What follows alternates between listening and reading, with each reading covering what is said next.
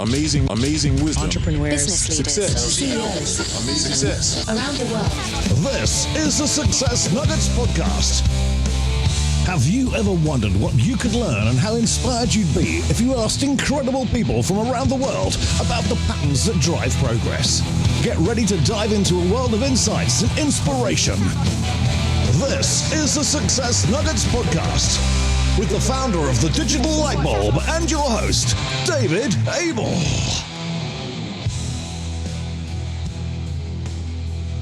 Hello and welcome. My guest on this episode is Nikhil Vaish, a US brand strategist who consulted for some of the industry's most illustrious brands. Let's meet him now. Hi, Nikhil. Hi, David. Good morning. Good to be with you. Tell us in a brief few words where you were at before you got into being a solopreneur.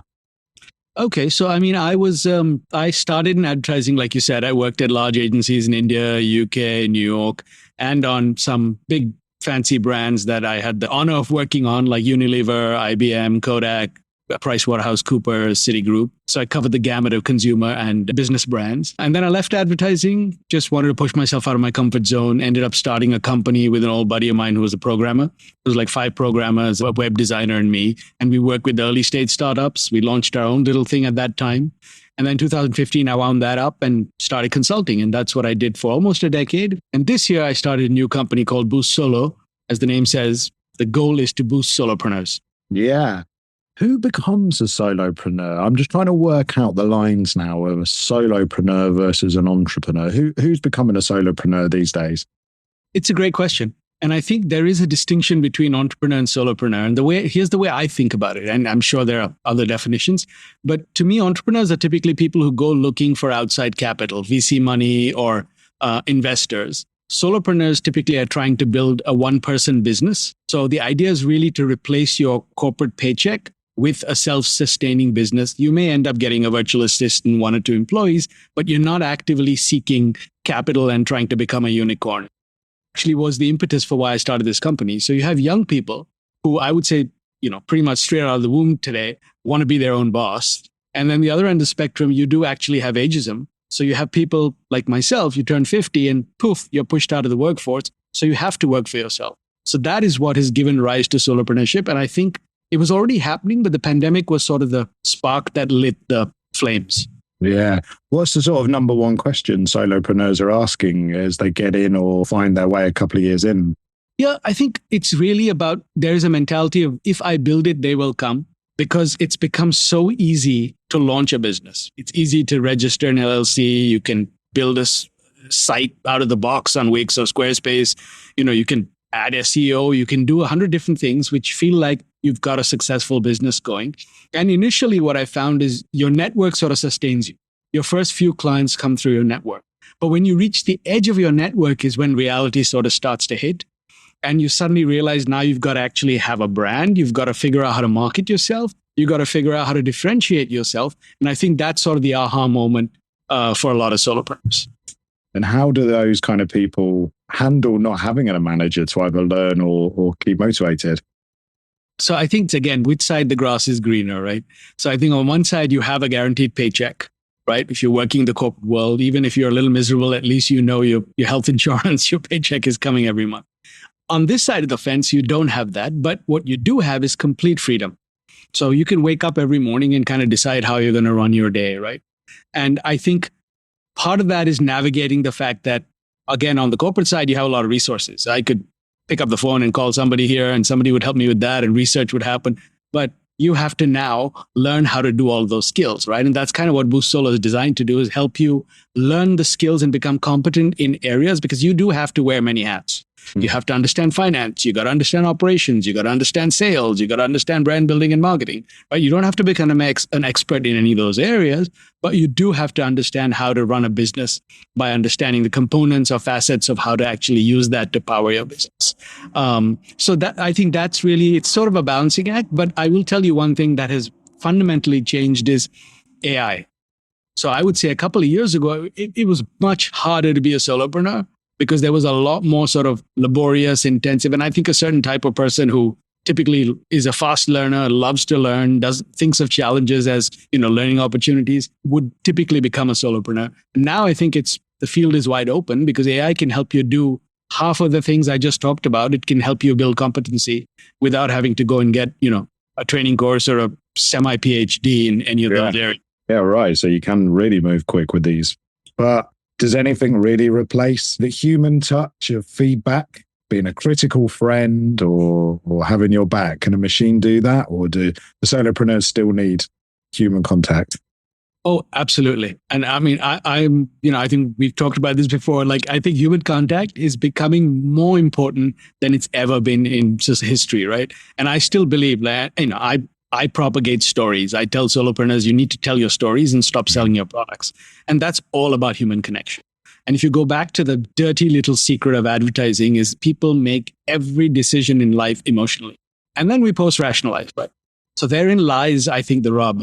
And that is actually the goal of BoostSolo. Next year, I want to launch a community because I fundamentally believe that that is the most vital piece that helps you succeed is having a community that you're connected to and that human connection, right? And solopreneurship is perhaps the loneliest journey there is because, again, in the way I define entrepreneurship, you have investors, you have mentors, you have advisors, you even get employees, right?